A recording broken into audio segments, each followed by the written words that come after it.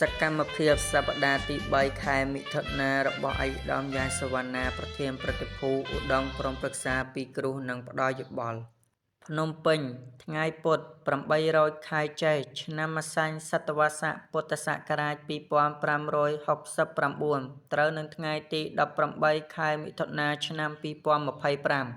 ឧត្តមយ៉ែន សុវណ្ណា ប្រធានព្រឹទ្ធភូមិឧត្តមក្រុមប្រឹក្សាពិគ្រោះនិងផ្ដល់យោបល់ គណៈបកហ៊ុនស៊ិនប៉ិច បានចូលរួមកម្មវិធី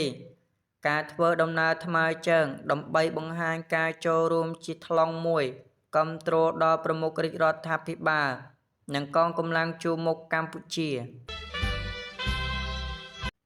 តាកែវ ថ្ងៃពុធ 800 ខែចេស ឆ្នាំម្សាញ់សតវត្សរ៍ពុទ្ធសករាជ 2569 ត្រូវនឹងថ្ងៃទី18 ខែមិថុនា ឆ្នាំ 2025 ដើម្បីអបអរសាទរព្រះរាជពិធីបុណ្យចម្រើនព្រះជន្ម សម្ដេចព្រះមហាក្សត្រនរោត្តម មុនិនាថ សីហនុ ព្រះវររាជមាតាជាតិខ្មែរក្នុងសេរីភាពសេចក្តីថ្លៃថ្នូរនិងសុភមង្គលគម្រប់ព្រះជន្ម 89 យាងចូល 90 ព្រះវស្សា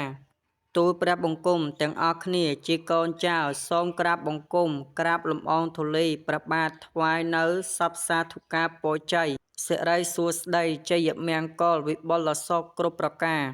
ថ្វាយសម្ដេចព្រះមហាក្សត្រីព្រះវររាជបិតាជាតិខ្មែរសូមទ្រង់មានព្រះរាជសុខភាពមាំមួននិងព្រះជន្មយឺនយូរ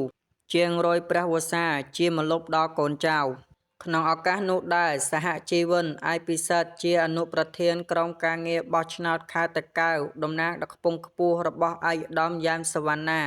ប្រធានព្រឹទ្ធភូមិឧត្តមក្រុមប្រឹក្សាពិគ្រោះនិងផ្ដល់យោបល់គណៈបកហ៊ុនស៊ិនប៉ិចនិងជាប្រធានក្រុមការងាររួមជាមួយថ្នាក់ដឹកនាំបាននាំយកព្រះអំណោយរបស់ព្រះអម្ចាស់នរោត្តមចក្រវុឌ្ឍប្រកេនព្រះសង្ឃគង់នៅវត្តថ្មីបូរីចលសាដែលស្ថិតនៅឃុំបូរីចលសាស្រុកបូរីចលសាខេត្តតាកែវដែលកំពុងខ្វះខាតចង្ហាន់សម្រាប់ព្រះសង្ឃគង់នៅក្នុងវត្តព្រះអង្គម្ចាស់នរោត្តមចក្រវុឌ្ឍព្រះប្រធានតែងតែគិតគូរព្រះពុទ្ធសាសនានិងទុក្ខលំបាករបស់ប្រជានុរាស្ត្រជានិច្ច